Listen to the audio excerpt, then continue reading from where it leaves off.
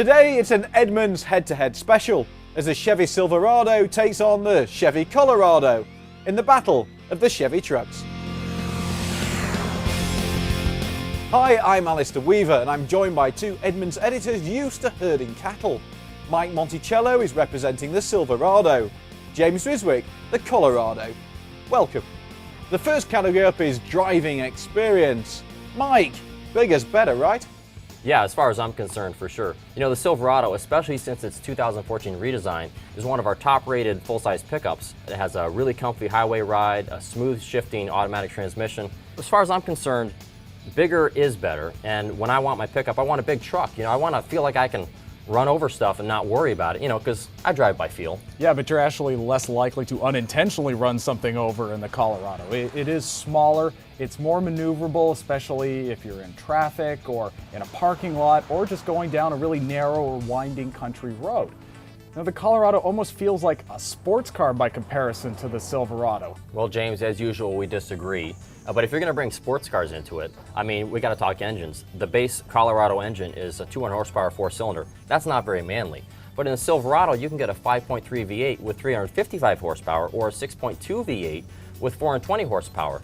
Now, that 5.3 V8 Silverado does 0 to 60 in 6.8 seconds, so the bigger truck is faster than the smaller truck. And let's talk about towing. In the Silverado, you can tow up to 12,000 pounds. That's way more than you can do in the Colorado. That's true, but you can tow 7,000 pounds in the Colorado. How much more do you need? I mean, that is enough to tow a car and a trailer, and for most folks, I think that's going to be enough. How much capability do you really need? More. You might not every day. Well, that's a good impassioned debate, guys.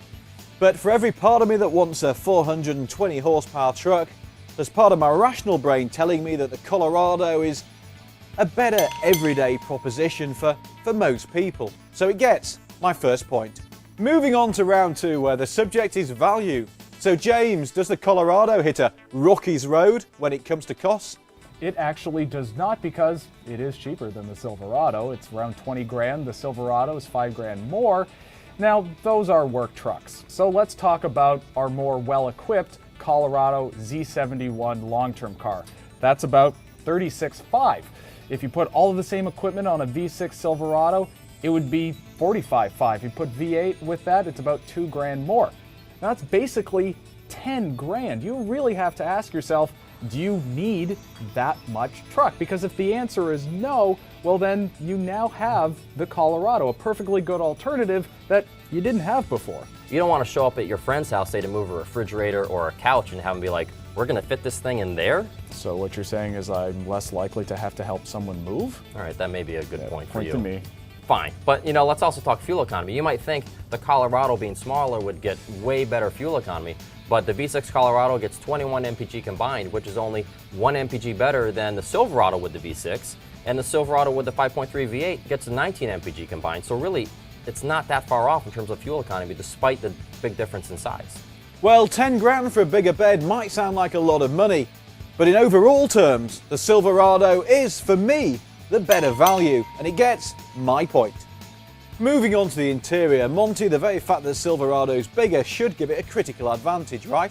Well, yeah, I mean, there's no getting around the fact that Silverado is a bigger truck, and therefore it has a bigger interior with more room for people. It can seat 6, whereas the Colorado can only seat 5. There's more bin space between the front seats, and the crew cab model has definitely a bigger seat than in the Colorado.